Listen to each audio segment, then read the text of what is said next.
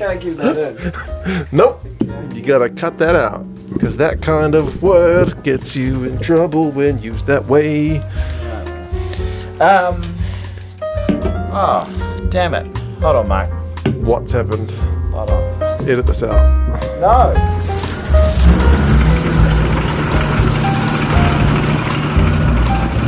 High quality content, bro. There's so much rugby to get to. So much rugby. And There your is so much rugby to shoes get are to. squeaking. My shoes are squeaking, and as they're squeaking, I don't really want to wear them during the podcast. I'm going to put some socks on. These... All of us in the room appreciate that. I probably should have done this pre-recording, but is it okay if I do it now? We're here. We're here, We've got beer. and we are also wearing underwear. Has it got a bear on it? I don't know. It's got some kind of animal. It looks like a ferret of some description. They're pink socks with, what would you call those? Capybara? Oh, wow. Holy smokes. Did you say holy smokes? You were like, I don't know if I should go with socks, smokes, or socks. Yeah, I'm just going to go with smocks. I really screwed the pooch there. It was a bad moment for me. Can we... Let's edit this out. Let's start here. No. This is where the podcast This has been a begins. real cracker of a start.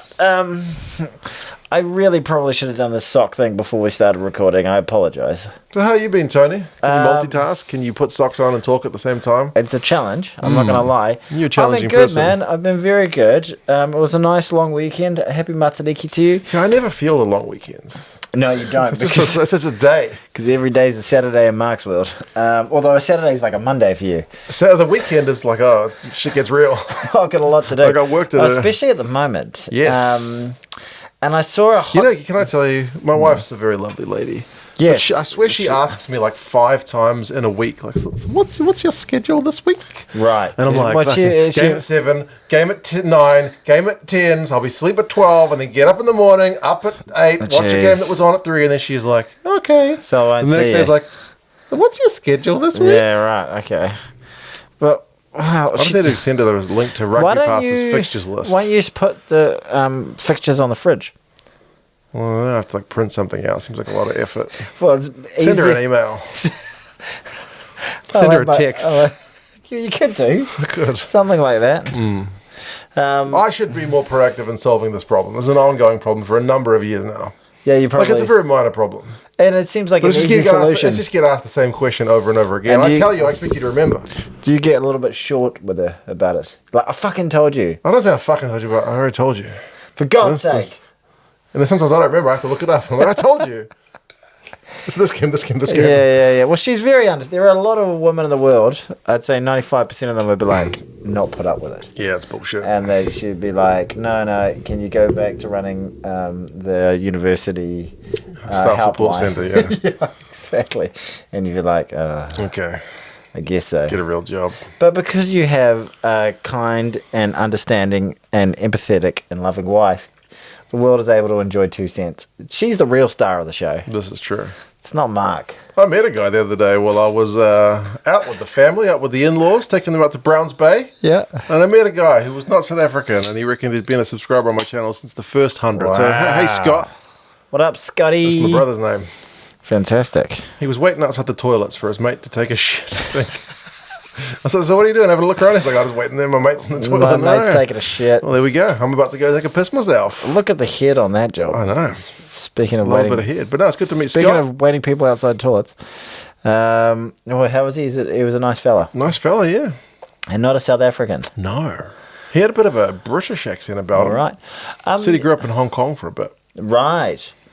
It wasn't your mate Rugby Itch. No. But yeah, very similar vibes. Similar vibe. Yeah. Right. He might know Tim Oh, from maybe. Rugby Itch. And I feel bad now because I gave the Hong Kong Chinese a serve in the week last week. I said they had no business being in the World Cup. You did. This is Especially in the they're World going to Cup get final. hammered by. No, not the World Cup final. I assure you they will not be in the World Cup final. But being in the World Cup opener. Which is a game. massive game. Still can't believe it's not New Zealand, Australia. Well, last World Cup we had the big France. matchup, France, New Zealand. Yeah. Long before we had Japan, Russia, which is maybe a similar game. Although that was a good game. Well, at least those guys they could, even though Japan's clearly the better team, there was still like It's not as much of a mismatch. Yeah, This is an expanded tournament. There's a lot more teams. yeah, and I my fear is it's the one of my pet peeves in rugby competitions is the lack of jeopardy. Yes. And I fear that there's going to be a big lack of jeopardy until we get to the 16. Really, even the 32. You're going to be watching a lot of games going, hope nobody gets injured. Yeah. These are all just speed bump games, basically. Oh my God, is this Rugby Chat? Rugby Chat, and we're only 5 minutes and 2 socks in. Anyway, we got through those 2 socks. We have a sponsor this week, and I feel terrible about it. Because you have to edit something in. No, because this lovely gentleman, he sent me an email. Andrew. I don't get any sponsorship emails, and long shall that continue. But he was nice enough to send me an email. And How did he get your email? Is your it's email? it's on my email, your on my videos, my channel. So my... he sent me an email, and I went, and I read it in the morning, and I was like, oh, yeah, I'll get back to him. He asked me this question. He asked me, tell me about your... Because I have a lot of aches and pains in parts of my body, and I didn't get back to responding to it. I was like, I'll do that later. Yes. And then the other day, I was saying to you, I got this rant, and I tried to look for his email address, Right. and I had clearly deleted it by accident, and I couldn't find it again. So I was hoping to respond to this guy and tell him a long list of my ailments, starting with my toes, all the way through to the knees, the pelvis, the groin, the penis. A lot of time spent around there. I don't know if you could help with that. The hips have been an issue of late. My gosh. fallen to bits. Lower back, shoulders. Really? Yeah, lower back's been a thing for me for a long time. And I had a crook shoulder for a wee while. No, it's the right shoulder, actually. I did this one, I was like, no, that feels fine. But that one, I can still feel something What have you been doing to yourself? I don't know. You're not like a builder. You're not a tradie. You're not a professional rugby player. No, I've got plantar fasciitis in my right foot, and I got runner's knee on my left foot. I had lower back issues, and now that was always like trying to open my hips up, and now I got outside the hip. I feel like today's sponsor is going to be very relevant for you. Anyway, I forgot to respond to him, and I haven't read this, and I don't have my reading glasses. Right. Am I reading this whole thing, or are you reading about? Why don't we go paragraph by paragraph? Okay, are you one of the millions of recreational runners worldwide? Well, yes, occasionally. Have you experienced an injury that has impacted your running? I fucking have. I have as well. Yeah, plantar fasciitis, runner's knee. It's a real pain in the ass. Running's the best thing in the world, but it's also stops you from... it's hard to keep going. Anyway, remember when Mark and Tony used to run together? I sure do. Remember those fun times? It was a long time ago. Do I have to put on the sponsorship voice? Up to you. Running injuries can stop you in your tracks, just like Mark spending 3 hours to get to a tower in China, only to find out it's closed. That's a 2 cents on tour reference right there. Wow, that's a deep cut. Today's sponsor is Tempo Rehab. Tempo Rehab is your new go-to resource for evidence-based running content to help you understand and work through your run injuries so you can keep running healthy. Andrew from Tempo Rehab. Sorry. That's a long paragraph for it you, was a long paragraph, and then I had too much saliva in my mouth, and I thought I really want to have a beer, and then I had too many thoughts going. Can I have a sip? Just dramatic pause. This is a dramatic pause. Andrew from Tempo Rehab is a lifelong runner and physical therapist by training who blends current research with years of clinical experience working with injured runners. See, I reckon this guy's right up your alley. Yeah, I'd love him. One thing I would love from him as well is a fucking comma. But other than that, he's great. Yeah. It doesn't matter if you're a limp wrist bounding giraffe like Mark. Yeah, you do run. He's a very odd running style. A really You haven't odd seen me run for a long time. Have you changed that? Probably not. Still have to, he flaps. Yeah. Or a spitting speed demon. Like, geez, he pays attention, doesn't he? Yeah. That's like a couple of years old now. I do spit a lot when I run. He fucking spits like mad. I used to count his spits behind it. Man, I am faster than you. You're a lot faster, so I'm watching the... Tempo Rehab is here to help you build the knowledge and resilience to keep running for years to come. And unlike Mark's corner cutting running routes, there are no shortcuts to building resilience against running injuries. That's very, very on the nose. I don't cut the corners anymore. Because you're only cheating yourself. I'm only cheating myself. Yeah, 100%. Stay tuned for more upcoming videos, articles, training plans, and virtual coping to help you improve your running and build your resilience against injury.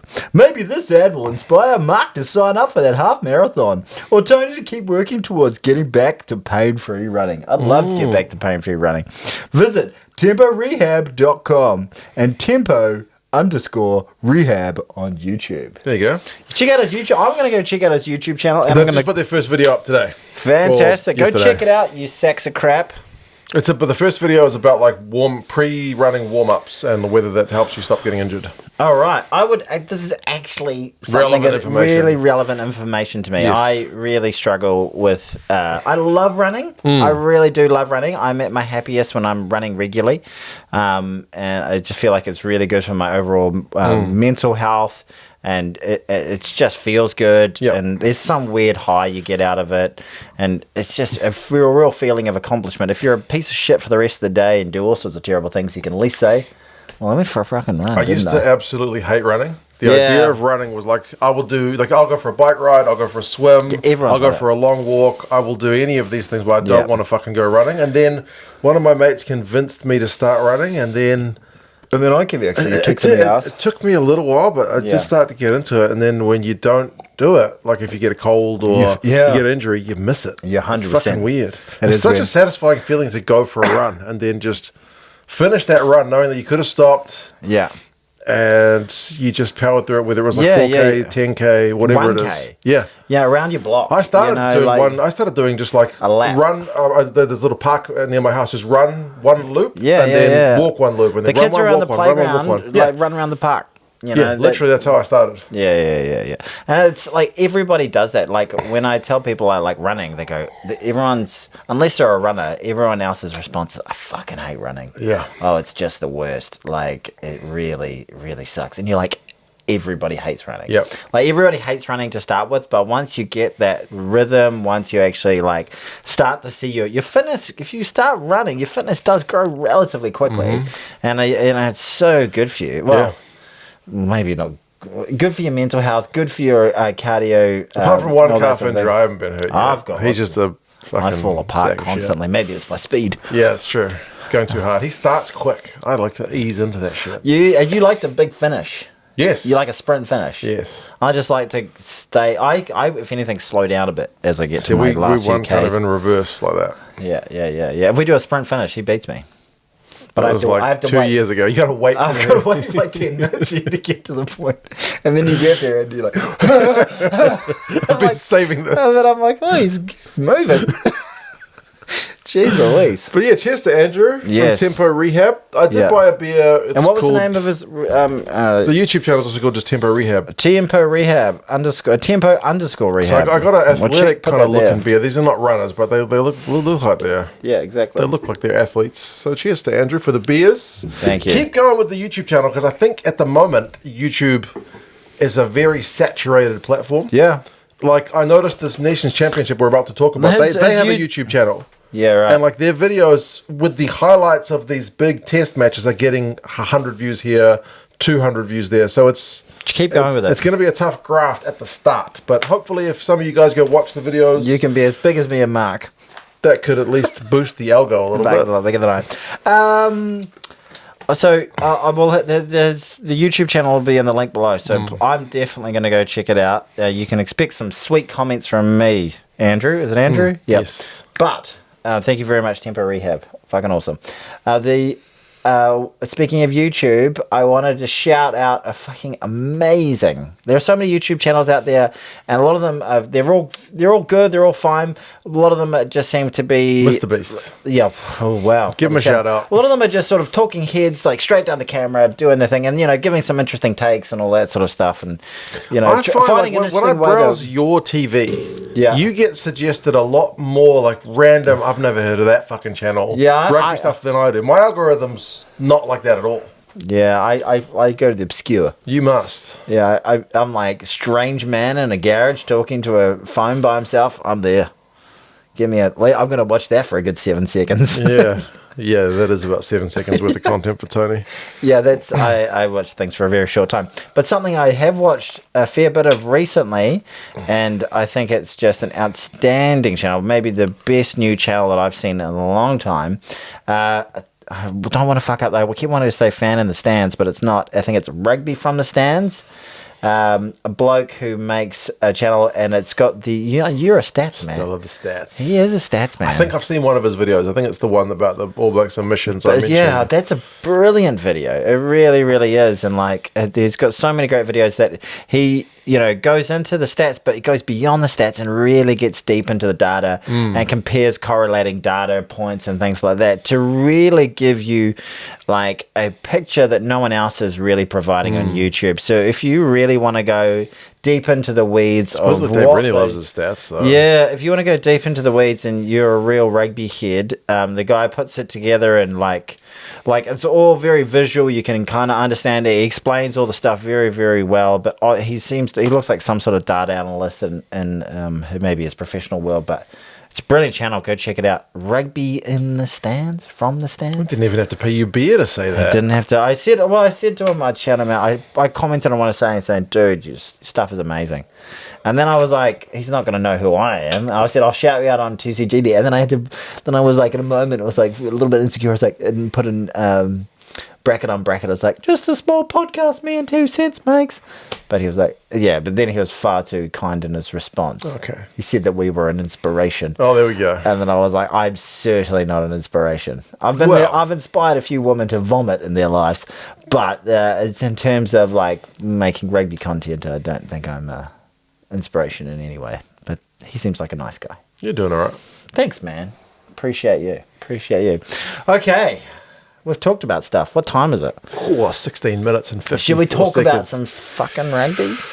Where do you want to start? I came in to your house today. The gate was open. I waltzed straight in. The gate's never open here. I always have to call to get the gate open. It's like a fortress. Yeah. But no, the gate was wide open. I just waltzed straight on in like an axe murderer. Yeah, exactly. You usually have to. We don't have a buzzer on the gate either, just to keep people away. Yeah. And you usually have to ring in. I would be fine to have a buzzer. It's Lid. She doesn't like unannounced visitors. I love an unannounced visitor. I could probably jump your fence. You, I'm pretty you tall, could. but you could, especially if you go up. Let's not describe it too easy. Yeah. I think I could jump it, but I don't want to hurt myself. Yeah. I'll end up with knees like yours. It's taller than it me. is. I think I could do it. You could pull yourself up and over. Yeah, I think so. Yeah. But it'd be a bit weird. If you had the police at your door. I reckon. We had a report of some guy in an England jacket. Next week, I'm going to be like, jump it. Let's see it. Because he usually rings me. I don't even pick up. It's just like the doorbell. Yeah, I rang and the gate opens. Yeah. Great system. What the fuck were we talking about? Oh, I waltzed on in and you were like, I was like, oh, how's things going? Like, have you watched the rugby? Is the shit set up? And you were like, fucking confident as fuck. Like, name a game. I watched it. You're all full of piss and vinegar. I didn't watch every game. Okay. I watched most of the games. Okay. I did. It's a good week for you. That is a good week for me. I didn't watch much of the tier 2 stuff.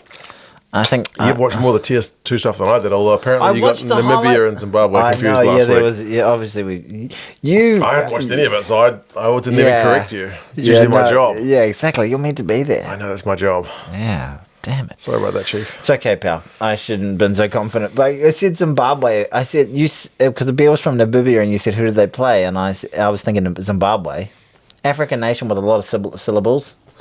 And Namibia, Zimbabwe. Okay. Yeah. Pretty tenuous, but people get Australia, New Zealand confused. So. Yeah. Okay. Right. Yeah, but no. They find people on the internet. Corrected you 1,000 times. So that was nice of them. Have you ever seen Mr. Matty Tech's short videos? No. He's this guy I've only seen him on Facebook Reels. And in his Facebook Reels, yes, he always goes, powerful websites, you should know, part 345. And in his video, he will deliberately mispronounce one word, which is fucking obvious, dead wrong, every video. And the amount of comments he gets... Haven't we been doing that for years? We should be doing that deliberately. 100%. We do it by accident. Yes, we do. We do emphasize the wrong syllable sometimes. For God's sake, I said holy smocks. This is true. Do we start with the All Blacks? Because they played first. They played the Italians. Yes, they It's did. a performance which received mixed reviews or responses. Yeah. Feedback for Dave, 47-17. If you had offered the All Blacks that before the game, though, it's not a bad score. I guess not. Can I be honest with you? You were uninspired. I was very uninspired. I was so full of booze for the first half. I watched I wish it. I was. I fucking breezed through it. It was Yeah. fun. Yeah. Loved it. I had a terrible time watching that first half. What it convinced me that first half in a weird way was that I have a very good life, because I don't find myself feeling that anxious, that wound up, that bad about anything Until you else watch in the my All life. Blacks. Just watching that first half and watching us fumble the fucking ball 1,000 times and, like, you know, miss tackles and fuck up scrums and, you know, just get zero fluency in our game and look like that we were in a fucking super tight test match with, no offense, Italy. I was just like, I was literally watching it like this, going, oh. It was like getting a root canal. It was unpleasant. I've had a root canal. Yeah, so have I. And I was not enjoying it by any stretch of the imagination. And obviously we had a couple of nice moments. Darry got their first try, all that sort of thing. He scared me the way he did that. It makes noises every now and again. Strange noises. That was unexpected. Obviously, the second half, we start well. You think, okay, the ship's righted. And then we have a really shitty last 20 minutes of the game. So, overall, I'd give us a 6 out of 10, really. Obviously, we still won by 30 points. We looked good for those 17 minutes where we scored most of our tries. They scored first, which was a bit disconcerting. Manoncello went straight through Proctor. Yeah, Proctor looked like he tried to bat down the ball and then wasn't able, and then was too late to the party with the tackle, and then Menoncello is one of the best midfielders in the world. Guy. Yeah, and a little bit of 1-2 play with the winger and try time, baby. Yeah. Wellington strikes and again. We were just like, oh, God. Even me, cut up as I was like, whoa, that's not good. My mum was like, oh, who's this guy? Because she was sitting next to me on the couch. Yeah. That was Troubling, disconcerting, and it was deja vu from the week before with the French. French. It's 2 weeks in a row. We didn't get a yellow card to start this time though. Yeah, obviously we get back down there, and Darry, who I think has low key been the sneaky best tight forward of the All Blacks. Put in my team of the week. Yeah, he's been playing really, Couple of good really weeks from well. Sam Darry, for sure. He was, he made his debut in 2024, and then he was almost like the forgotten man last year. He was injured.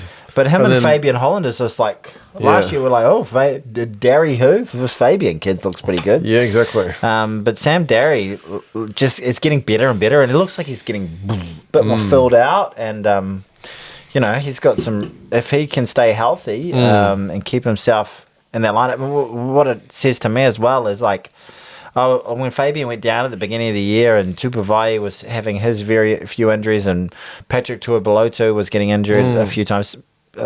Patrick's still struggling with a few things. Yeah, but we're actually building some pretty good lock and depth. Yeah, considering Barrett's still out of there as well. So there is a fair, even in the front row, there's quite a lot of depth in that tight five, which I was a little bit concerned of for a while, but looking all right there. Looking all right. Very good. It was 14-10 at halftime. Will Jordan had got his first one. That was that little kind of 1-2 with Leroy Carter. Leroy Carter when he was injured. Yes. I thought we were lucky there. Did you? Yeah, I thought that's to me, a knock-on has to hit another person's player, but technically you're not able to tap things up and catch them. Yes. But to me, that looked like a deliberate knock-on. Did it? Yeah, he taps it. Like, the guy's going for it, and he taps it up, and then it looks cool as fuck. It wasn't the only thing that looked cool as fuck this week that should have been illegal. I'm thinking about the lift from South Africa. Ooh. That's bullshit. But he taps it up, he catches it, and he goes off, and it puts a great little over-the-hand ball because his other wing's broken. Not broken, but injured. Very nice, very good to look at. But I I thought they would get called, but I was happy. Tim had a long look at it. I liked that one. I thought it was fine. But you're not allowed to do it. I didn't think it was a deliberate, like, I'm going to tap it forward to go over this. I thought it was just regathering the ball. He went with one hand. His other hand was like down by his side. But he still regathered the thing. Yeah, I know, but you're not allowed to do that. I think it fell well enough within the realms of legality. Yeah, well, to me, it says in the rules you're not allowed to tap the ball up and regather it to get over and defend. You've seen guys like bobble the ball. And yeah, shit. but they're literally. That's why they're actually. So where do you draw the line between a bobble and just looks like a guy bat? Bump. Like I want them to score the try. Like I'm trying to be impartial here, but to me that didn't look like that. That would. You said tomato. I said tomato. Oh, let's call the whole thing off. Fuck it. It's over. But yeah, but it was what a night for our man Jordan. 3 tries and takes the record for Doug Hell. There's been a few guys throughout the years. Like there was a time when it was like Julian Savia, he's gonna fucking demolish that record. Rokothoko's gonna absolutely pump it. He's gonna blitz it. The form he's in. If Milner Scudder could go on the way that he started. Yeah, all these things were said. Yeah. Yeah, but because you can consider like there's so many players who have broken the 100 now, and for ages, for years and years and years, it was always just Sean Fitzpatrick on 92 tests, which was like the ultimate mark that no one could get past. And then finally, Richie in the 2011 World Cup against France. I was at that game. The pool one or the pool one? Oh, I was at the game too. Oh, we've done this. I didn't see you. We've done that joke. He breaks. Where were you sitting? I was sitting in that temporary terrace at what they used to call the Panasonic stand opposite the terrace. Okay. Yeah. I wasn't sitting in what would have been the old terraces. Yeah, I was at the very. No wonder we didn't see each other. You're all the way the other end. But yeah, so he broke and that was like the unreachable mark.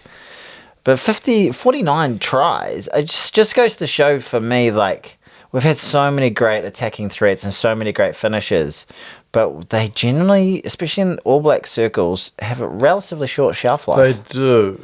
Yeah. They really, really do. How have I smashed that much of my beer in your... I'm on my second. Oh.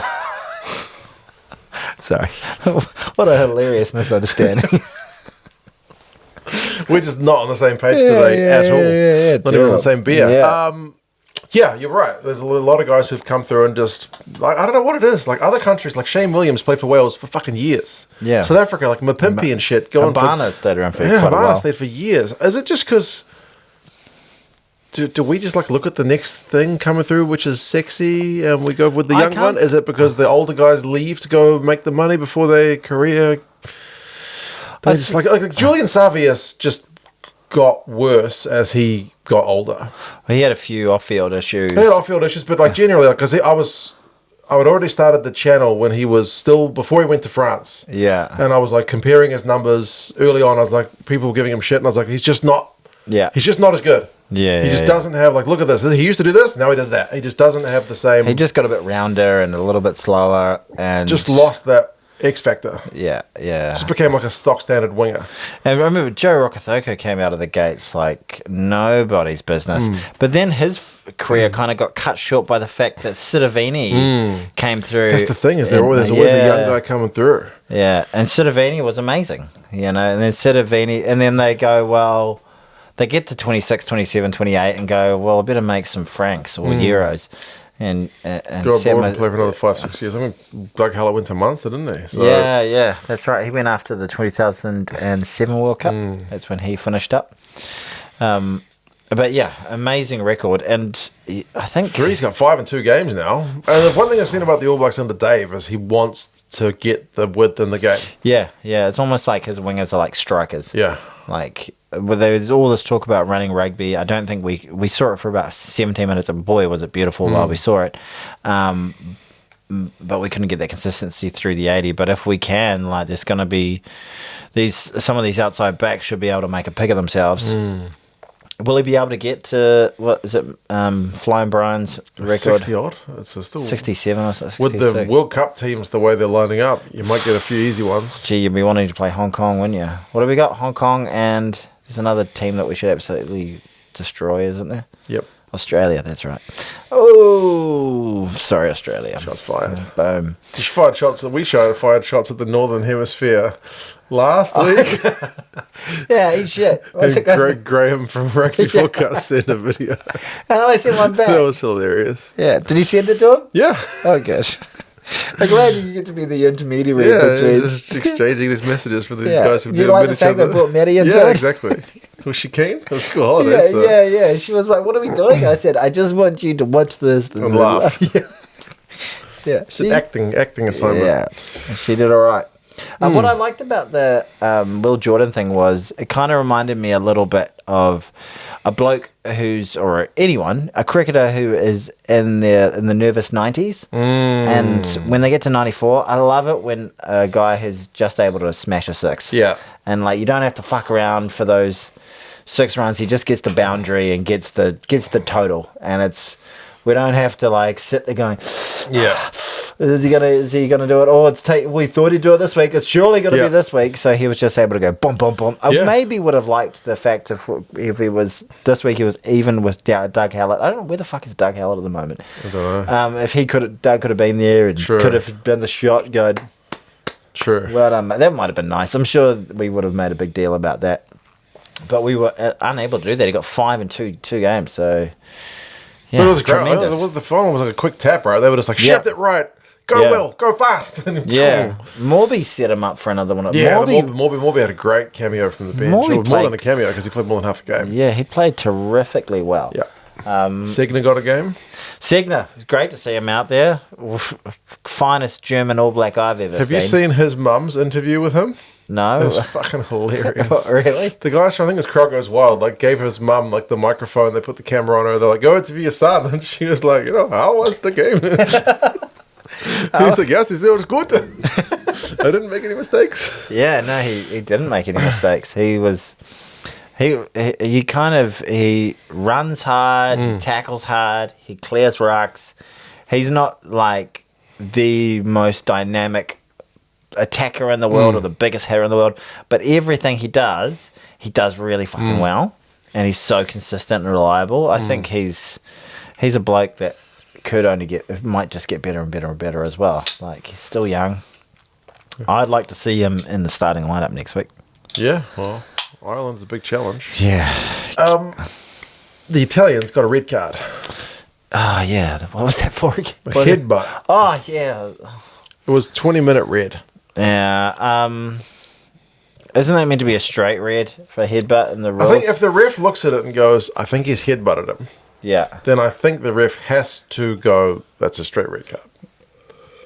But if the ref's like, I don't want to give a straight red card for that, but it looks bad enough that I want to give a card, he gave a yellow. I think they should have done that in the Fiji game.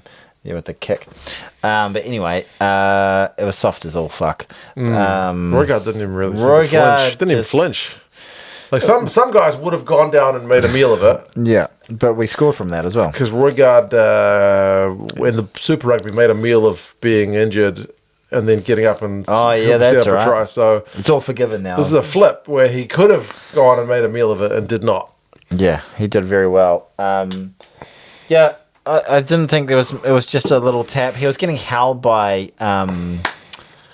what's his name? The prop came off the bench. Anyway, it doesn't matter. He was getting held into a ruck, and you could argue that he was trying to release, but it looked like he went for it and he missed, and then he was definitely trying to give him a little tap. I think so. But at that velocity and that distance, he was hardly going to do any sort of damage. Even you could tell, like he just went like that, like little. It's pretty dumb. Yeah, it was dumb. But geez, it's not tiddlywinks, as they say. I don't really think it was. Also, Ruben yellow Love maybe got yellow carded, but they're not. He got un-yellow carded. That was bizarre.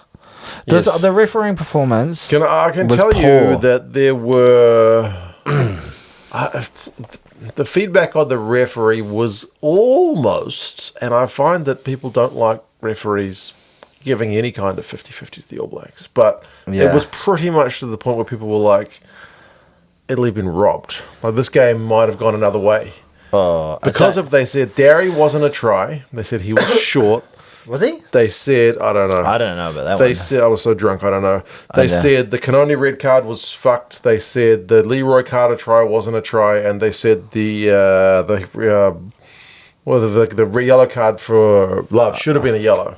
Yeah, I agree with two of those things. There you go, 50-50s. Yeah, I don't. Well, Gary's one looked fine to me. I maybe could go look at it again, but it looked pretty. It looked like it touched a bit of chalk. Ref was in a good position as well. Yeah, I think that those are the ones you see get given all the time. The Leroy Carter tap up one, I think it looks really cool. I would like that to be a legal kind of thing, but under the laws that isn't. But you and I are still arguing that. What was the other? And like the red card. The red card. It is just dumb. It's super soft. Like it's super soft, but he's just being an idiot. Like you can't be too surprised when someone gets a red card for that. It's not like back in the old days where you used to have to take a fucking guy's head off to get a red card. You basically just have to do something that's technically a red card and you'll be technically red carded. There you go. Literally red carded, in fact. And this... un-yellow carding. The un-yellow carding was truly bizarre because I thought that it was very scrappy the way it all happened. But who was it? Was it Jellybeer? No, Jellybeer. It's totally different. Who was the player who was trying to catch the ball when Love knocked it out? Yeah, I can't even remember right Anyways, the guy goes and he gets one hand to it. And it looks like he's just bringing one hand to it to sort of regather the ball. And as he's done that, he hasn't got a chance to get it because old Lovey comes in and slaps it down. But it looks like a deliberate knock on. Yeah. Like he's in the act of trying to regather the ball and he gets it smacked out of his hands. Like... Maybe you don't call that a yellow card on the field because it's just more of a contest for the ball. But once he's gone, he's fucking gone. Like get on with the game. Like fuck off, TMO. Yeah. You had some of this TMO stuff was way too over involved. Yes. Like there was a lot of bad calls. Like there were like 5 meter scrums that were called 5 meter scrums that needed to get called up. Yeah. A 22 dropout that was like, no mate, you still don't know the rules. It's a goal line dropout. Like, what was the name of the referee? Luke Ramos. Poor night in the office. I have plenty of poor days in the office, but it was not his finest performance by any stretch of the imagination. Yeah, that one was sadly, most of it went against the Italians. It was so 50-50 that it's like, whether you think it's right or wrong, I would be happy with whatever the ref said at the time. Yeah. Blow it and fucking let's go. Yeah, move on. 100%. I don't think we're going to lose the game from there. No. It was bad for Love, like 2 yellows in a row, getting a bit of a rep. But so he was happy as a pig in shit that he was able to get back on the field. Yeah. But yeah, it was bizarre. Yeah. Like, I've never seen anything like it. You see protestation. Once your card comes out, you might see a little bit of like a couple. And you're like, well, the ref's not going to change his mind, mate. Just fucking tell your story walking, pal. Yeah, exactly. But actually, he's like, no, there's a guy looking at 16 computer screens who needed to check every single one of them. It was a slow stop-starty sort of game. For periods. Yes. It felt like it turned into all your favourite songs at a wedding being played for about 10 minutes while some bull bugger was getting stretched off. The Italians did all right, you think? Or the Italians really should have made more of that first half. I thought they were actually the more dominant team on the park. The All Blacks were playing like I was their skills coach. And if they were able to be a touch more clinical and put us under more pressure, they should have gone in with a lead at halftime. Just not able to live with the pace. Scrum looked all right. Scrum looked good. They just weren't able to live at the pace that we like to play at, and that's in the beginning parts of the second half. We thought, finally, it's there. The All Blacks are there. And then they left again. Between Will Jordan's second and Vai's one right at the death, we didn't really do much. No, it wasn't They great. actually scored when they had a man down. Yeah, it wasn't great. Satiti, who I think is such a great player, Didn't have his best game. He had a shocker. He had an absolute barrack rocker. He still carried it right in certain times, but how many balls dropped? 4 or 5, I think. And one of them is in the absolute clear. Is he all right? I don't know. He played all right last week. Yeah, but he came off the bench for a 20-minute spell. I just think he needs a bit of sideline time just to working on a few things. He's like a massive asset to the All Blacks, and like I'm not saying cut the bloke, but I wouldn't be surprised if he was not on the 23 next week. It's a win in Wellington. Let's rejoice. You know what? I'm just wins aren't good enough in the All Blacks. They're just not. They're just not. And you're like, it's a 30-point win. Shut the fuck up. Stop being such a. That was actually, someone made a point, because I remember, was it last week where I said that there were a bunch of South African fans who were giving Henry Pollock shit. Yeah. And the fact that he was getting such shit made me kind of want to, like, support him. Like, even though I think he's a twit, like, I'm kind of torn. There was a couple of comments going like, man, like, you trying to tell me All Blacks fans, when your team was, like, top of the world, 2011, 2015, weren't acting like arrogant pricks? And I was like, social media wasn't as big back then. No, and there's not that many. And there's not as many of us. But the one thing I do remember is we used to call talkback radio a lot. Yeah. And just be like, we fucking should have won by 25. We only won by 12. It's fucking bullshit. You know? You're talking about your dad. Not just my dad. But like, there was definitely a never good enough kind of attitude. Like, is that like arrogance? Maybe, kind of. We love the style, and we have to put teams to the sword when we've got them on toast. And we had them on toast, but we just weren't able to execute. Saying that horrible word, execute, gives me Razor flashbacks. And I am not saying that, oh no, this whole Razor mob this Rennie mob is no good. Let's move on to the next one. What's Jamie up to? I'm not saying that at all, but I'm at this point now with following this team, obviously my entire life, but for the last since 2023, waiting for an 80-minute performance, I can just go hang your hat on and go, that's an All Black game. And I'm just jonesing. I just want to come and hear one day, boom, 1 week, and just be like, fucking, it clicked. That looked great. That was high quality All Black rugby. You want 57-0. Oh, no, I don't want to. I just want us to look fucking good and fierce and brutal and high skill, and just, really, really ruthless. Ruthless when it's there for you. Like we had it's just been so many bitsy games in a row, and those two games, like the French, obviously the second half was better in that game as well, I guess. And we had, a really good, it was the 13-minute period where we scored our fucking points. It was just like, boom, boom, boom. I just want us to look really, I want it to be the majority of the game that we're looking good, not the minority. It's been the minority of the game that we've seen little bits and pieces. Like, there's no team in the world that's going to be blemish free for 80 minutes. Mistakes are going to happen. You got to be realistic. But I do want us to have a more complete, holistic performance. Let's see if we can do that tomorrow. Eden Park, baby. Australia versus France had a great first half. A cracking first half. One of the best halves of rugby. Yeah, it was phenomenal. And Sean Maloney was loving it, going, that is international test match rugby at its finest. It was fun. And you were like, I can't disagree with you, Maloney. Yes. I can't. And look, it's got me salivating for the second half. What could happen? Yeah. Yes. The second half. Second half. Deflated it a little bit. I mean, not if you're a French fan. They played some very sexy rugby. I mean, the French started that game very well. Yeah, Once again, they got a very early try. Miafu, the big lump of bit of Aussie beef, to be fair. Yeah. Powered over from close range. That was nice. Big fella, isn't he? He's huge. Yeah. He got a yellow carded in that game, and I thought the Aussies exploited that pretty well. Yeah. Like, they got a couple of tries up front.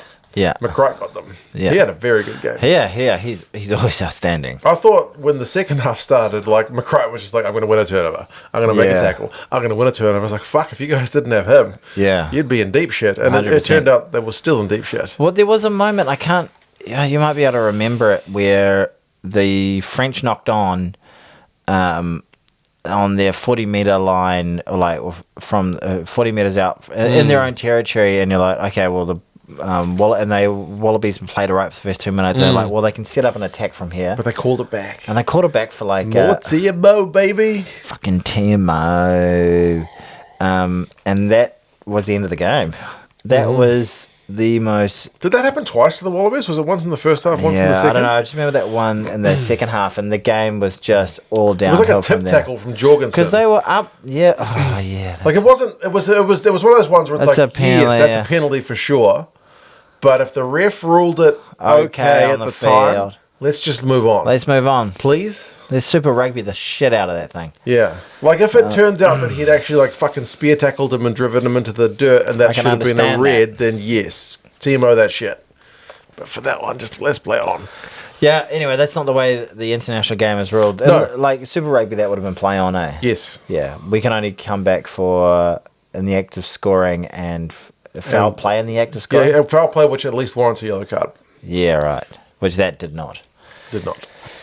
Well, that's similar to the NRL. They can only call it if it's not if it's a 10 in the bin, but if it's worthy enough to go on report. So if it's a high tackle that takes a bloke a little bit too much, if it was a penalisable offence, the ref missed it and it's not quite report worthy, they just go, just slipped up. Clocked him a little bit, he's all right. There you go, folks. For those of you who like to leave the weekly Tony, you should just watch League comment. There's your ammunition. Hey, also, I'm not the only one who watches fucking League. If you will notice, every other freaking player who's scoring a try right now is doing this. Do you know what that's about? It's because they're like Greek mythology. They're like, Apollo, baby, boom. No. It is for a rugby league player named Jai Arrow. Arrow, who is Origin representative. I think he's represented Australia. Is he crook? He's got motor neuron disease. Got a young family. He's a young man. He was an elite player. A tremendous guy. One of the ones that's loved by everybody. But that's all in support of. I didn't know that. I saw Roy do it. Heaps of them. Even I saw one of the Argentinians do it.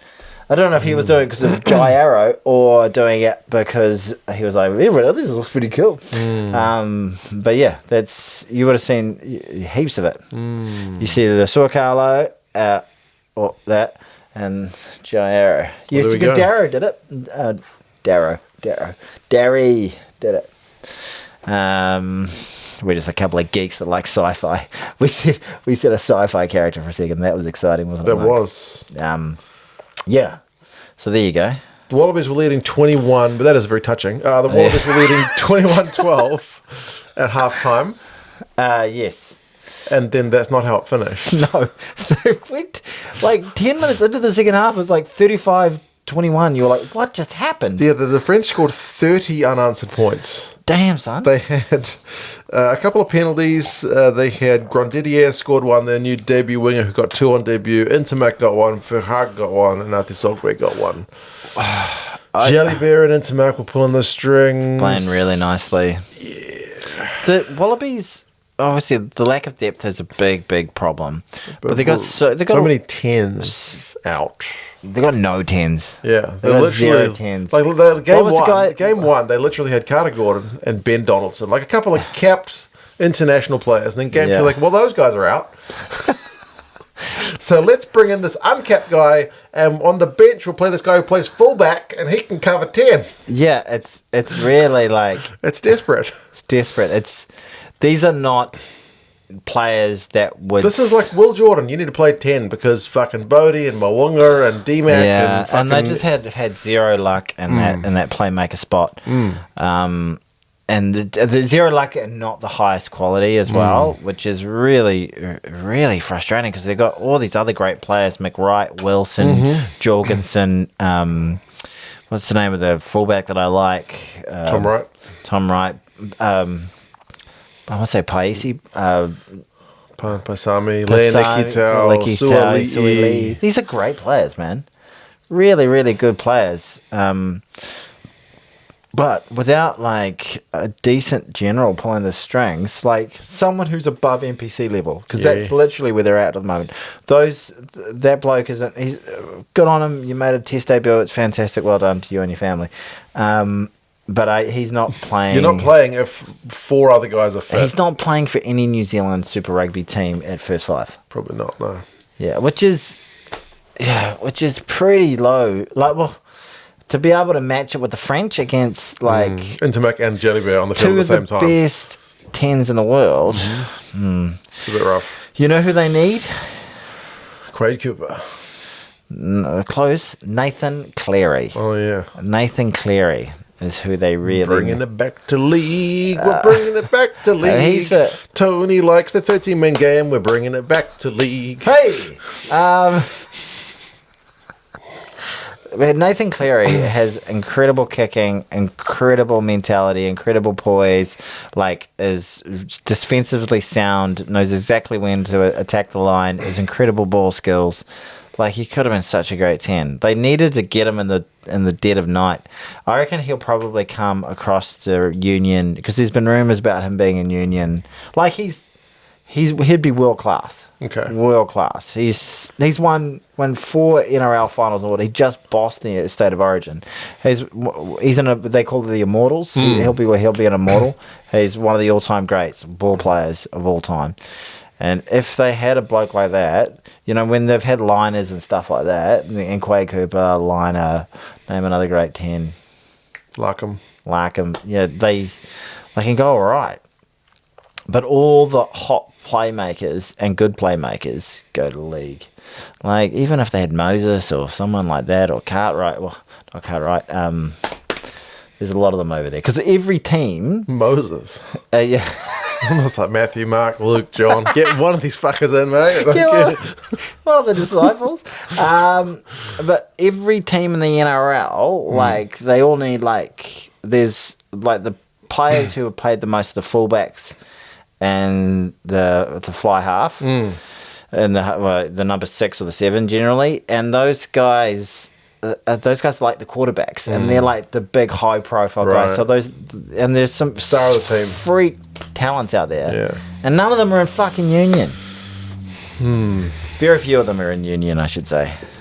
Yep. Anyway, that was I just couldn't escape their half. No, in that second half, they were just trapped. Yeah. They had some poor decisions, but also just, I think, a lack of... Like, is it a mental problem? Like, because they looked great in the first half for a long period. I think Joe should have brought the subs on a bit earlier. The French pulled the subs on earlier, and I think it made a big impact. But are you worried about them next year in the World Cup? They'll beat Hong Kong. Yes. They might not beat us. They might. In the pool. They could, but they don't have a good record against us at the moment. So. I wouldn't even be that upset if they beat us. Okay, we get to... I'm at the point now where I'm like, Bledisloe win for the Aussies would be good. It'd be good for the game. It'd be a dark day in New I remember being a kid, or a young man, thinking, this is fucking bullshit. I fucking hate the Bledisloe. It's such bullshit. We're never going to win it this fucking way, the way it's set up. This is rigged. I fucking hate this. And now I'm just like, well, it's fucking been how many years? It's been a long time. 2003. Yeah. 23 years. Yeah. Well before our children were even a blink in our eye. Yes. Jeez Louise. Yep. It's a long time. Oh well. They've got the potential to mix it, but they don't have 80 minutes in them yet either. They don't have 80 minutes, and they're missing some crucial talent in key positions. Depth in French rugby looked all right. Looked very good. The Japanese played the Irish. That game was a bit scrappy. It was scrappy, but it was close enough to be like, ooh, hello, yeah, ooh. Interesting. If you asked me to watch this game again or England-Fiji, I'd watch this one again because I would want to get into like the nuts and bolts of like, oh fuck, who's clearing out 25 times? Yeah. The Irish never seemed to look like they got their game on. They didn't get the flow. No, they didn't. They were a bit like the All Blacks, like just too much unforced errors. I thought their loosies look good though. They've still got good loose forwards, like Timoney who came in. Yeah. This guy Jansen, who's a Kiwi Irish connected guy. I think he's an Irish family, but he's been playing over in Ireland for a long time. Yeah. Had a great season for Connacht. He looked good, scored a try on debut. Yeah. So they had some moments. Yeah. Yeah, they did. And the Japanese had some moments too. They did. The fucking line out for the Irish still sucks. I said it was shit last week, and someone was like, mate, it was at like 86%. It wasn't shit. I was like, it was shit. And it was shit this week as well. Crucial moments as well. The first Japanese try came from a line out. Yeah. And it was just like... the Japanese are good enough to punish you if you give them opportunities. I quite enjoy watching the Japanese play. It's hard not... They are the villains in my household. Little Japan. Little Japan are the villains. The Chinese call them Little Japan. They do, because they're like, we're a bigger country than you. We're big. Yeah, and as a New Zealander, I'm like, don't give them shit about being a small country. Yeah, There's nothing wrong. They're fucking huge compared to us. Yeah. It was still what kept it interesting was the fact that Ireland should be doing this easy, and the Japanese stayed in there, and you're thinking, well, the Japanese going to get. Andy made a ton of changes for this game. Yeah. He rested a bunch of guys ahead of the All Blacks this coming week. Yeah, right. So that was to be expected, but I still think people were, because I was live streaming that one, and people were joining in 20 minutes and 30 minutes and be like, fuck, what? Like, why aren't Ireland 30 points ahead? What the fuck's going on? Yeah, not quite, eh? One of the things I think was the biggest load of bullshit, and I can say the same for the Fijians about this as well, is why the fuck was that game not played in Japan? I know that the Irish threw the toys out of the cot, but suck a fat one. It's going to be hard because you've got, on this leg of the tour, you've got Japan, Australia and New Zealand. So there's one short leg and one fucking horrendously long leg. Yeah. So whoever's got Japan in the middle, which in this case is Ireland, is essentially going Europe to the other side of the world, and then a fucking 12-hour flight, and then a 12-hour flight, and then a 12-hour flight. Well, look at what fucking Wales is having to do on this particular trip, and what Italy is having to do on this particular trip. So Italy's one's not as bad. They've only got a Perth next. Oh, that's true. It is Perth. Yeah, Perth is worse. like going to Asia. Yes, it's the same time zone as Asia. That's true. Yeah, if it had been East Coast Australia, it's not as bad because it's the short leg. When you fly over Australia, you literally spend the whole day flying over Australia. It's just, you look out the window and it's just more red, eh? It's fucking giant. Yeah, China is literally in the same time zone as the Perth. Yeah. I remember I used to watch Western Force games in China. I was like, oh fuck, this is a good time zone. This is perfect. Yeah. But what about Wales? So Wales have had their first game in Argentina. I think I can say pretty confidently. They had it in Cardiff. Yeah. Which should have been in friggin' Fiji, if you ask me. Yes. And then they fly to Argentina. Yes. And now they got to fly all the way to South Africa. That's a lot of travel. I'm pretty sure, someone will correct me if I'm wrong, but I'm pretty sure if it was Japan, where did the Irish start off? They started off in Australia. Yeah. If it's Australia to Japan to New Zealand, I think it's longer than the other ones, just in terms of pure air miles. Get them in first class. Calm your farm. Suck it up. It's professional sport. There's travel involved. It is. It's what someone was going to have to get the short end of the stick, and it's obviously Fiji. I think they've been told their stadium's not big enough. You need to have a 25,000 seater. That's why they can't play at home. But supposedly they're going to use this money. They just write that into it. They're going to use this money from they're gathering from playing them in Europe to build a 25,000 seat stadium. And then they'll be like, well, you need a 30,000 seater. Anyway, but obviously Fiji being an invitational team and Japan being an invitational team are going to get the short end of the stick. And Italy's going to get the short end of the stick compared to Ireland or New Zealand. Yeah. I remember that typhoon game got called off between Italy and New Zealand back in 2019? Sergio Parise said, if this game was for the All Blacks to go through to the pool, because Italy needed to beat us to go through. Oh, yeah. He said, if it was the All Blacks who relied on this result to go through from the pool stage, there's no fucking way this game would be cancelled. But because it's us, they cancel it. You reckon? Maybe. They weren't going to win it, though, against that. See, that's the only way I fucking cancel it. Doesn't matter.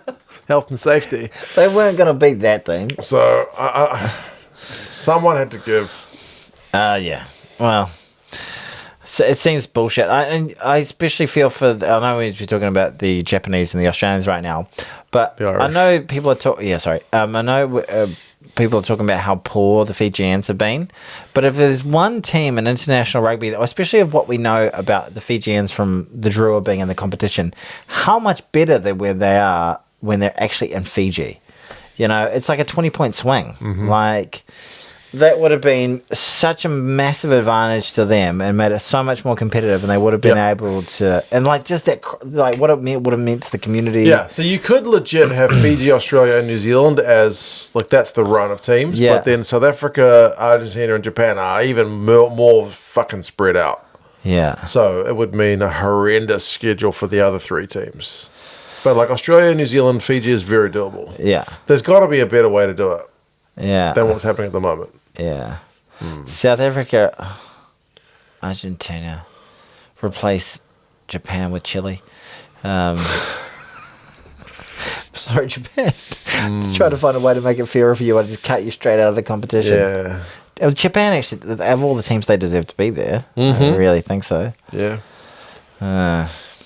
They Anyway. put the Irish scrum under a bit of pressure. They put the line out under pressure. Irish scrum's been a bit of a concern for a wee while now.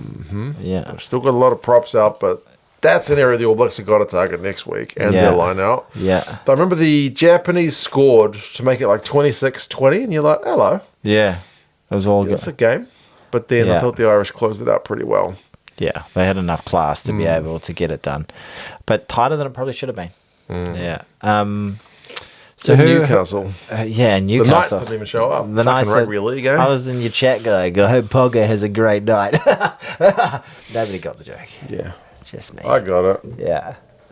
Ponga didn't. They played Origin this week, like the week before, and got pumped at Lang Park. Pumped, New South Wales won again. That's Japan, Ireland, apparently. That's that game of rugby. We have not talked about South Africa. I bet that's maybe the best game of the week. Yeah, we probably should have spoken about that one already. Yeah.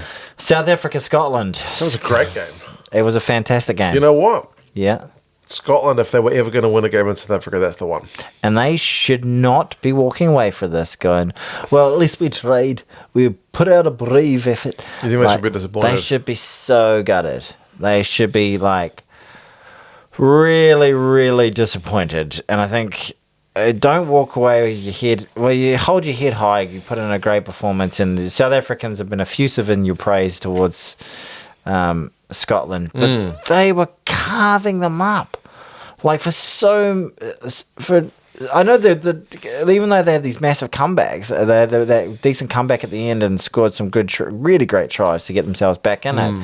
But they were only the moments where they were able to take advantage of the line breaks that they were making. They were making decent line breaks throughout that entire game, even before they went down 14-0. Yep. But they were just so... just not quite up to quality to be able to be level-headed and clinical enough to make the South Africans pay when they had them on the back foot. And to the South Africans' credit, they scrambled well, but there was crucial drop ball in the red zone a number of times, but they had them on toast so many times, but just weren't able to get across the paintwork. Yeah, I mean, clinical is the key point, I think. Yeah, because the difference, really. The Boks were in the Scottish 22 9 times and came away with 42 points, whereas the Scots were in the South African 22 11 times and only came away with 28. So, like South Africa, I mean... it's one of those ones where it's like you didn't even play your best rugby. You changed half your team. You got cut to bits at times. You still fucking won. Yeah. I think they won with a bit of aura. Yeah. And a bit of just Scottish being like, oh, we're doing it. Oh, I dropped it. Yeah. Like, just not having the bottle to be able to pull through that moment. And like, they were playing so well, apart from just that crucial 2% of getting across. Obviously, they scored 28 points, which is more than a lot of teams get. Terrific. But the Boks were defensively not at their best. No, the Boks were under the pressure early, survived. Yeah, and then they went bang bang, scored 2 tries. And you're like, well, that's probably 14 points. Like Papier got 1, and then Roos got 1. Yeah, and you're like, okay.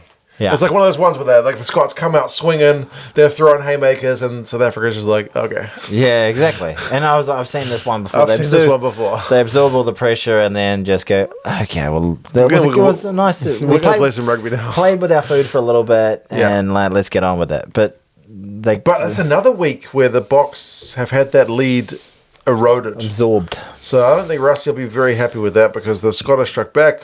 Matt Ferguson got 1. Kyle Rowe got 1. So they go into the sheds 14 points apiece. Yeah. And then the Boks get a yellow card. And I'm thinking, if there's a time where you convert all this pressure you've been putting on and like continue your try scoring, like this is it. 15 against 14 and they fucking score nothing. They conceded, didn't they, during that period? At the end of and during the yellow card, I think they conceded 1, 2, was it 3 tries? Yeah. Lowe, Willemse, and Porthen all got tries. So you go from 14 points apiece and a yellow card. Yeah. And then if you're Scotland, you're down 35-14. Yeah. You're like, oh, fuck. Before we wrap up the end of it, we'll talk about the end of the game. But what did you think of? I've seen it mentioned on Reddit a little bit, and I've got thoughts on it. Okay. What was the name? The big boy holding up the other big boy. Oh, yeah. Well, that's... From the kickoff. Do you remember the Beast did that? Yeah. Years ago, the Beast. Since Wera had a guy... It's an amazing... Okay, I don't think it's planned. The guy just lifts him up and he just goes too high and he tips over. It is 1,000% planned. Come on. Billion times planned. 100% planned. Like...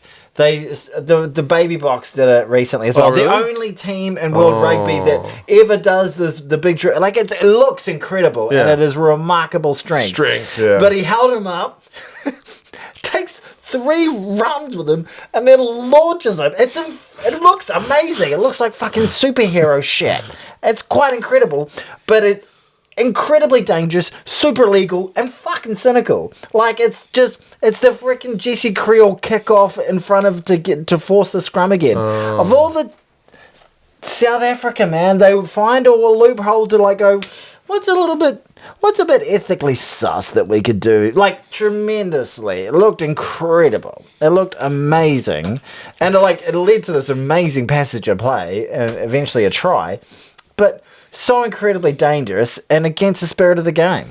Maybe I'm a bit naive. Maybe I just got the rule of cool. I was like, that's fucking amazing. It looked incredible. It really did. Like the way he was able to hold it, he just launched him. Can you imagine being the guy that's held up? You're the circus, like where you're the guy in the cannon, like the guy gets shot out of the cannon. It's amazing, but dollars to donuts has been spoken about. You can't tackle a man who's carrying a guy. Imagine if someone said, "Oh, this is bullshit," bang! Just takes him out. The guy just comes down, and breaks his neck. It's so dangerous. And you see, to a bloke to backing off, just been like, we can't do anything. Because they all back off, and it creates a hole, and he throws him through the fucking hole. It was like a freaking dad with his toddler going, whee, go over a pool, But the only difference is it was a 140 kilo man holding up a 120 kilo man. Incredible. It looked amazing, but I was just like, ugh. It gave me the vibe, that one where Jesse Creel stood right, and they did that little chip, and that was the most disgraceful piece of rugby I saw last year. That one, I don't think the ref interpreted it properly, because you're not allowed to deliberately kick it wrongly, kind of thing. It's like how if you point to the poles and you kick it to the winger. I'm going to get an absolute pasting for my opinion about that. Stick to rugby league, you fucking piece of shit. I ate some balls. I spat my clippies of coke out. I do love the South African fans. They're great people. But that was bullshit. That was some serious grade A bullshit. But anyway. I guess I didn't put as much focus on that as other people did. I just thought it was cool. It was cool.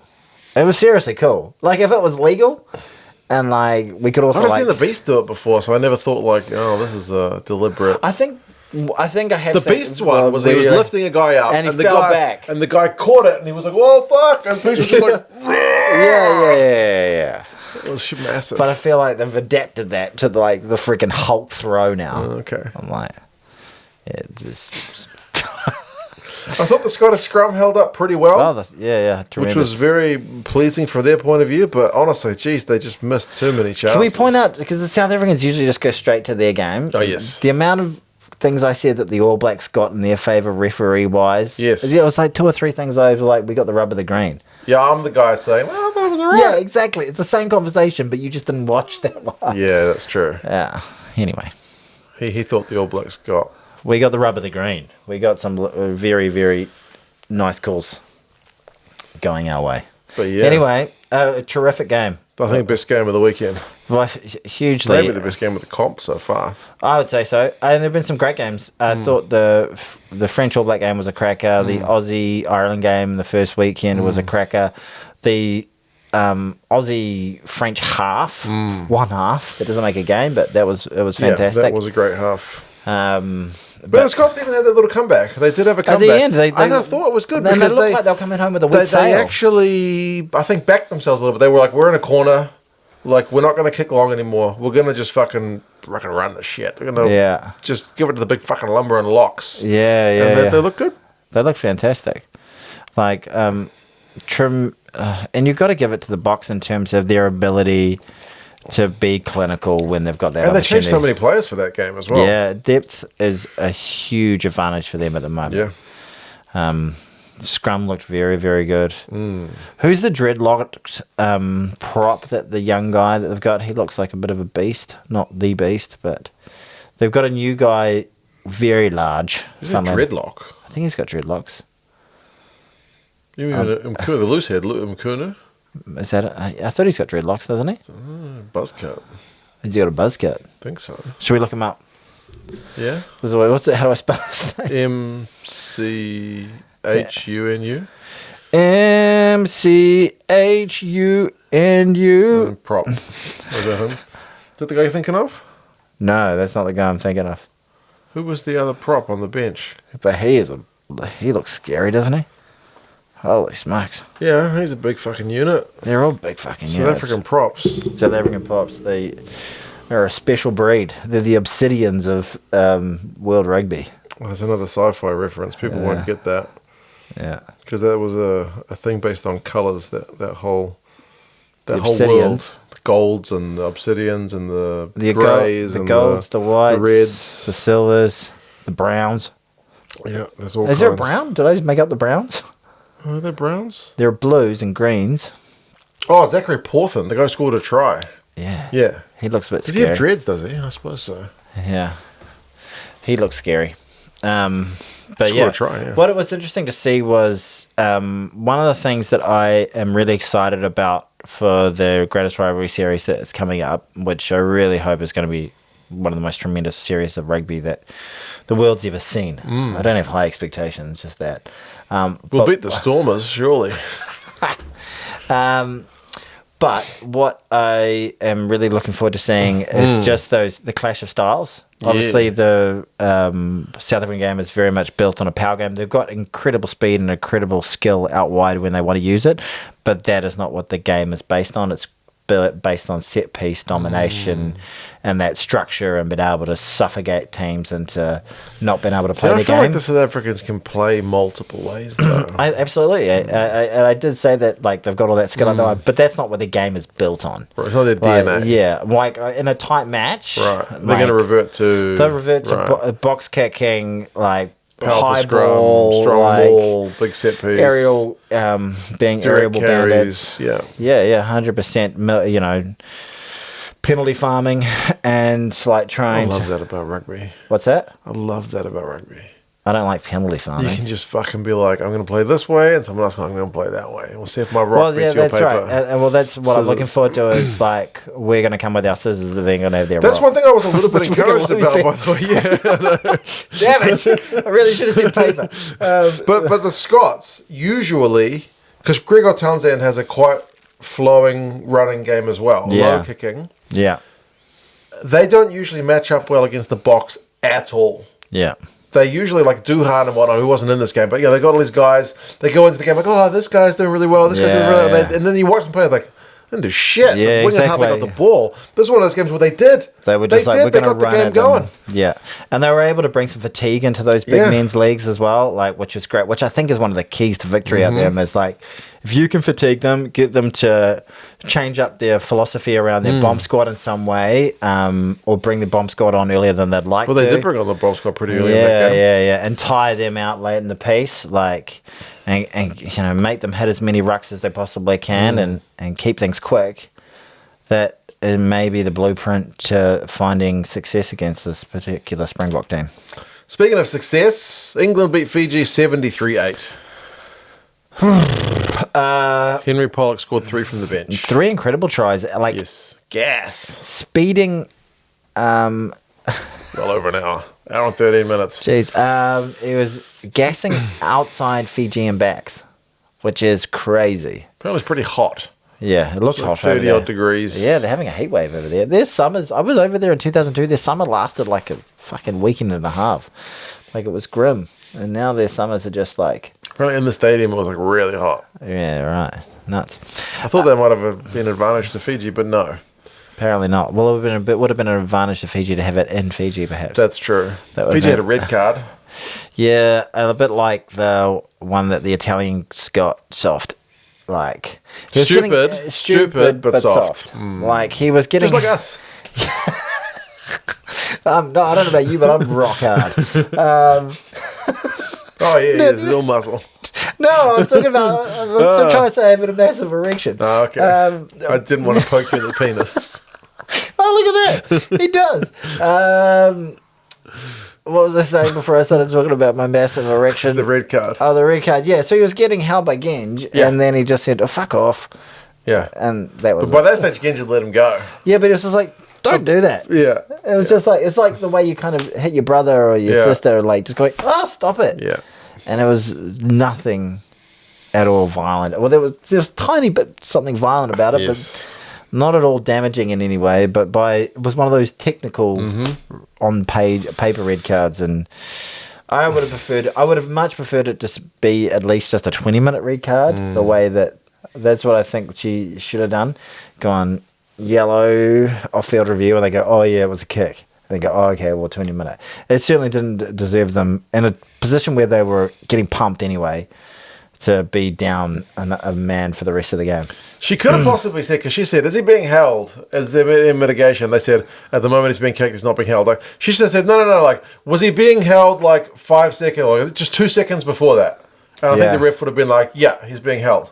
Because he's the number 9. He's the guy who needs to run to the next ruck, and the prop is holding him. Yeah, which is what you do to slow down the opposition. 100%. It's cheating. Yeah, which happens in every team, every game. And it was the sad thing. It was like one of the crappier things about it as well. It was one of the nicer tries that they only scored one other try, didn't they? Yeah, so they got. It was like, oh, at least they scored. Check. Call it back. Oh, fuck. Yep. Yeah, but England played very nice. Yeah, but I don't know. One sunny day does not make a summer. Fever Busso looked good on the wing. I just don't think you can take too much away from that game. Well, maybe you can. It's a pumping. It is an absolute pumping. Did you watch Argentina play Wales? I watched 30 minutes of the first half while cooking dinner, and I can't remember anything about it, but I did watch the highlights afterwards. I know the Wales scored got a first. ball try. Dewey Lake. Yeah. And then Argentina played a lot of rugby. Right. I really need to pee. Okay. Are we going to finish up, or do I need to go? Should I just go pee and then we can talk? Wrap it up quick. Okay, wrap it up quick. Argentina. They won. They played very... I'm talking very slowly now. You need to pee. They played like very like high tempo with like lots of getting the backs into action. Like a lot of their top ball carriers were their kind of key guys, like the fullback and like their number 12. Carreras look good. Carreras good at fullback. They had a proper number 12 this week in the number 12. He scored a try and set up a try. Their number 8 had a cracking game. Forwards looked dominant. And that's the key point, is they had like both teams had identical numbers of carries, at least initially when the stats were done. And the amount of return the Argentinians got for the same amount of carry was just so much more than us. They just dominated the tackle, dominated the collision, go for a ball, bada bing, bada boom, win a game. Win a game. And I watched the highlights of Canada and Portugal. Canada got the first try. The crowd went nuts. Decent crowd there, and then Portugal pumped them from there. Okay. And the crowd was You've watched more of that competition than I have. Wow. I took my in-laws to the Winter Gardens. Fabulous. There were some orchids. I'm sure everyone really had a great time. This coming week, New Zealand taking on Ireland at Eden Park. Yeah. I need to pee, man. It can't be that bad. We're almost done. Okay, right. It's the Fortress. Hopefully we get it done, don't we? Rico Ioane's back in the squad. Agent Rico has been welcomed back to give us his intel. Both teams need 80-minute performances. If there's any team that's going to beat us at Eden Park, Tony would like it to be Ireland, but he doesn't want to lose. I certainly don't want to lose, but I would much rather lose. I'm not as nervous as I was for 2 reasons last year coming up to the Eden Park game, because I really didn't want to lose to the South Africans at Eden Park. And also, I would have been... We'd still be hearing about it. If they reverse like the Wellington Eden Park games, like Oh, God, it would have been so much worse. Well, they've talked about Wellington fucking enough anyway. Australia's playing Italy at Perth. That's Joe Schmidt's last game in charge. You'd hope that that Australia get up. I almost feel like Italy deserves a win, though, as well, at the same time. It could be a good game. Japan taking on France back in Japan. Japan doing the Air Miles. Well, yeah, it's good to see that Japan are getting that home game.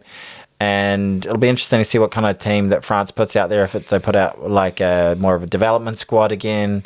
They're flying any of their big guns home early. No, I don't think so, but I wouldn't be surprised if Fabian rotates things up for that one. Yeah, you say France gets it there. England, Argentina. Spicy. Not the only England-Argentina game coming up. On Sure, this is the more important one. Oh, God. Thursday, as spicy as things get in world football. Kane, Messi, Bellingham, it's all going to be on like Donkey Kong. Watch it, baby. Come on, England. I'm saying come on, England in the football. And come on, Argentina in the rugby? Sure. Okay, there we go. Wales, South Africa. In Durban. And we'll do a memoriam for Wales next week. And then Scotland, Fiji, up in Scotland. Yeah, Scotland, especially with the way Fiji are travelling at the moment, Scotland should absolutely wreck them. Anything you want to say about the football or the rugby league, the State of Origin, before we go? Or State of O ended. Laurie Daly was under massive heat after a relatively lacklustre performance, and luckily went in 1-1 going into Lang Park, or Soundcorp as they call it. Not given a hope in hell, and they pulled out an incredible game. Nathan Cleary dominated. You've been watching the football? Yes, I have. There was a controversial goal in the Norway-England. Hit the camera or something? Hit the cable from the spider cam that they have. The rule is that you're meant to say restart play, but they had a goal came directly from it. We'll see how it went. There was an amazing opportunity for Haaland, but the other guy didn't. Well, the other Norwegian didn't pass the ball, which is getting highlighted a lot at the moment. Conor McGregor in the matters got a knee injury. I was about to say triumphant, but the opposite of whatever triumphant. His tragic return was injured within a minute, and it all went to shit. And that was sport this week. And 2 Cents Gets Distracted. The Rugby Podcast. Tony needs to pee. If you want to subscribe, if you want to subscribe, you can. You can do that. Yeah. But also, if you want to sponsor. Yeah. Thank you so much for these guys, for rehab, man. Tempo Rehab. We really appreciate it. A pretty decent readout. Also, you can check out Rugby from the Stands as well. There we go. Put some All right, folks. Tony's going to go pee. I am. Ha-da-da. Bye-bye. Take care.